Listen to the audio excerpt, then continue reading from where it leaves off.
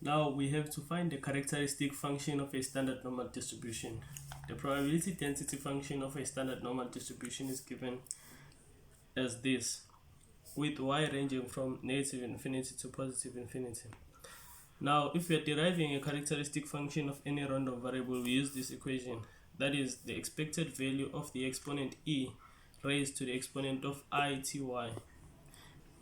And you just integrate with respect to y the probability density function of that random variable multiplied by the exponent e raised to the exponent of ity. Now we need to substitute our probability density function into this integral. So our characteristic function of t is the integral from negative infinity to positive infinity, and then we substitute our PDF, which is this, multiplied by the exponent e raised to the exponent ity, and then we integrate with respect to y. The first thing we do is we take out the constant because they are not related to, they don't have the variable y, and we are integrating with respect to y, so we take it out.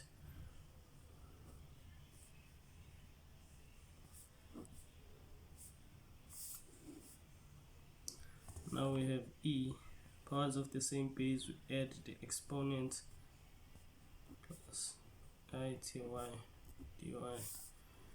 Now 1 over 2 pi negative infinity to infinity. So in this case we're gonna divide this by 2, so we are gonna use the law of lowest common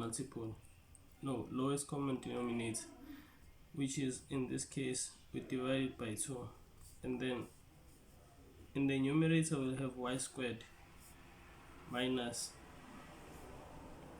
here we'll have 2ity, and we integrate with respect to y. Now this looks like a quadratic equation, but it doesn't have everything we need for it to be a quadratic equation, so we need to complete the square in the exponent. So now, completing the square, we have 1 over 2 pi negative y squared 2i ty. So here, if we are completing a square, we can see that we only need these two terms, so we'll add I squared t squared, and we'll also subtract I squared t squared, all divided by 2.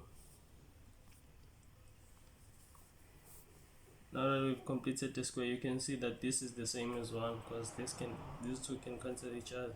We integrate with respect to y. Now if we can take only this part here and remove the other part, we'll have a quadratic equation in the exponent, and we'll be able to make the difference of two squares there.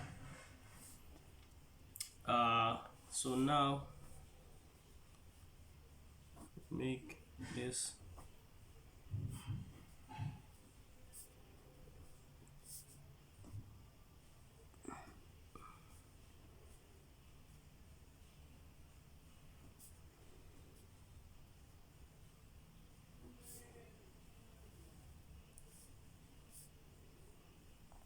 then if you take this one out of the bracket, this will be plus, okay, let me just take it out as an exponent. This will be e into, that was negative, so it's I squared t squared, all divided by 2 dy. So it doesn't have any term related to y, so we take it out as a constant. So e raised to the exponent I squared t squared all over root 2 pi. Now in the exponent we can see that it's a quadratic equation that looks like the difference of two squares, so we can use y minus it all squared all divided by 2 dy. So now we need to make a u substitution into the exponent to make this look like the standard normal integral. So now we let u to be equals to y minus it, and then du will be equals to dy. And also recall that when we are using the characteristic function I squared is equals to -1, so we need to take this -1 and substitute it into this I squared. So now the characteristic function now evaluates as -t squared all over 2 pi, and then negative infinity to infinity e into negative u squared all over 2 du. And then now to make this a standard normal integral, we need to take this 1 over 2 pi into the integral itself to make it a standard normal integral, and we know that a standard normal integral is equals to 1. So now we'll have this was divided by 2, negative t squared divided by 2 multiplied by the integral from negative infinity to positive infinity, and then 1 over 2 pi e into negative u squared divided by 2 du. This is a standard normal integral, and it is equals to 0. So e raised to the exponent of negative, no, it's equals to 1. It's not equals to 0. The standard normal integral is equals to 1. It's not equals to 0. So now if we multiply this part with 1, we'll just have e raised to the negative t squared all over 2.